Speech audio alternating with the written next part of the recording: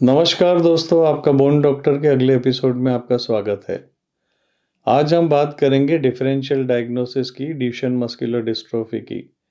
ये पार्ट 2 है हमारी सीरीज में ऑफ ड्यूशेन मस्कुलर डिस्ट्रोफी। तो हम सिमिलर ट्रेट्स देखेंगे और डिस्टिंग्विशिंग अलग ट्रेट्स देखेंगे फ्रॉम ड्यूशेन्स सारी बीमारियों में। तो बेकर्स मस्कुलर डिस्ट्रोफी पहला डिफरेंशियल है। इसमें सिमिलर ट्रेट्स क्या है ड्यूशेन के?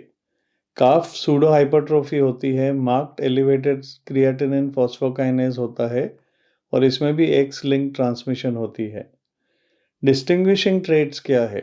स्लोअर प्रोग्रेशन है of weakness, diagnosis later age में होता है 8 से 12 साल में और कार्डियोमायोपैथी अर्ली ऑन हो जाता है। Spinal muscular atrophy, proximal weakness ज़्यादा होती है, ये सिमिलर ट्रेट है ड्यूशेन से। और अगर आप डिस्टिंग्विशिंग ट्रेट देखेंगे तो ऑनसेट ऑफ वीकनेस अर्लियर होता है, डीप टेंडन रिफ्लेक्स एब्सेंट होते हैं और फैसिकुलेशंस होते हैं, सीपीके लेवल्स नॉर्मल होते हैं, सूडो हाइपरट्रोफी एब्सेंट होती है काव्स में।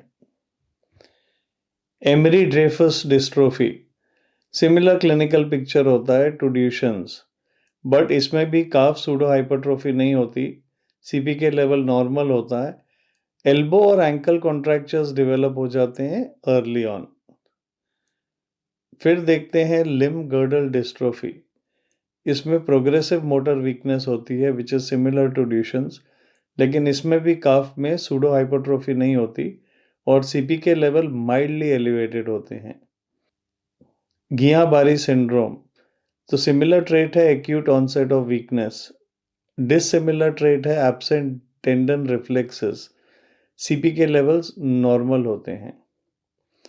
अभी ट्रीटमेंट देखें इस बीमारी की तो नॉन ऑपरेटिव ट्रीटमेंट में मेन स्टे है कॉर्टिकोस्टेरॉइड थेरेपी। प्रेडनिसोलोन देते हैं 0.75 मिलीग्राम पर केजी पर डे। इंडिकेशंस क्या होती है? 5 से 7 साल का बच्चा जिसमें प्रोग्रेसिव डिजीज है, इसका गोल होता है कि बच्चे को एम्बुलेटरी रहने दें जितनी देर तक पॉसिबल है, चलता फिरता रहे बच्चा। आउटकम्स क्या है?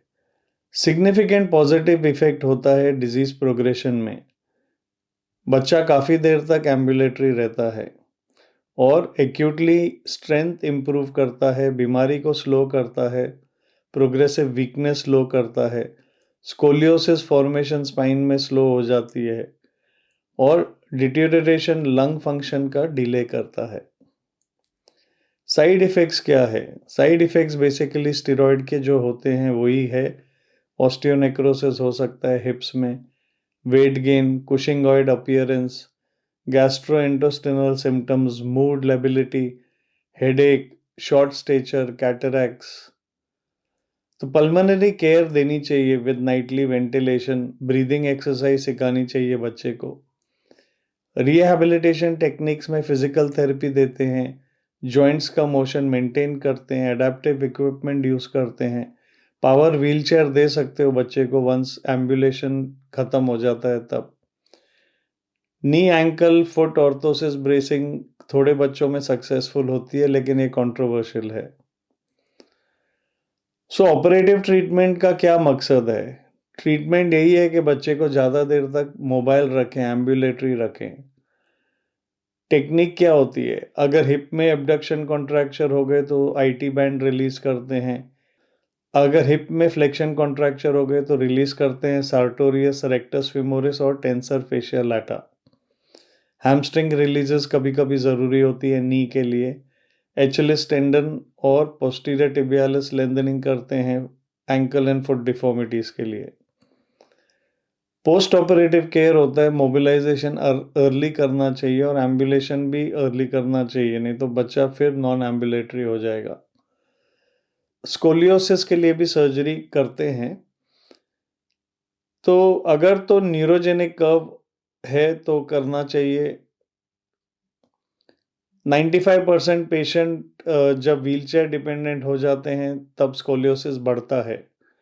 13 साल से 14 साल में प्रोग्रेस ज़्यादा होता है कर्व का। तो शुरू होता है बिन माइल्ड हाइपर लॉर्डोसिस के साथ, फिर जनरल काइफोसिस होने लगता है और स्कोलियोसिस होने लगता है varying degrees of pelvic obliquity के साथ। प्रोग्रेशन होता है 1 to 2 डिग्रीज पर मंथ। ये स्टार्ट हो सकता है age early age age 8 to 10 years. Patient 16 साल तक बेड रिडन हो सकता है। ट्रीटमेंट कॉम्प्लिकेटेड हो जाता है by restrictive pulmonary disease. Vital capacity lung की काफ़ी कम हो जाती है स्कोलियोसिस के बाद। कार्डियक और पल्मोनरी फंक्शन करना चाहिए प्री ऑपरेटिवली, क्योंकि सिग्निफिकेंट डिक्लाइन होता है दोनों ऑर्गन्स में और स्पाइनल फ्यूजन रिस्की सर्जरी हो सकती है। तो दूसरा एक मेजर प्रॉब्लम है equinovarus foot. Common foot deformity देखी गई है ड्यूशेन मस्कुलर डिस्ट्रोफी में। मसल इम्बैलेंस होता है secondary to muscle replacement with fibrofatty tissue. तो ये डायग्नोसिस क्लिनिकली होता है जब पैर का बच्चा आप एग्जामिन करें तो। नॉन ऑपरेटिव ट्रीटमेंट में होता है stretching, physical therapy, night time ankle foot orthosis. और ऑपरेटिव ट्रीटमेंट में होता है tendo Achilles lengthening with posterior tibialis tendon transfer, toe flexor tenotomies. Prognosis क्या होता है इसमें? तो इंडिपेंडेंटली एम्बुलेट नहीं कर सकते 10 साल तक ये बच्चे, व्हील चेयर पे आ जाते हैं 15 साल तक, और 20, 22 या 25 साल तक इनको कार्डियो रेस्पिरेटरी प्रॉब्लम्स की वजह से डेथ हो जाती है। तो हमारा ये एपिसोड यहीं ख़त्म होता है। अगर आपको पसंद आया हो तो लाइक बटन दबाइए, शेयर बटन दबाइए, ज़्यादा से ज़्यादा अपने फ्रेंड्स फैमिली के साथ शेयर करिए। हमारा चैनल देखने के लिए बहुत बहुत धन्यवाद।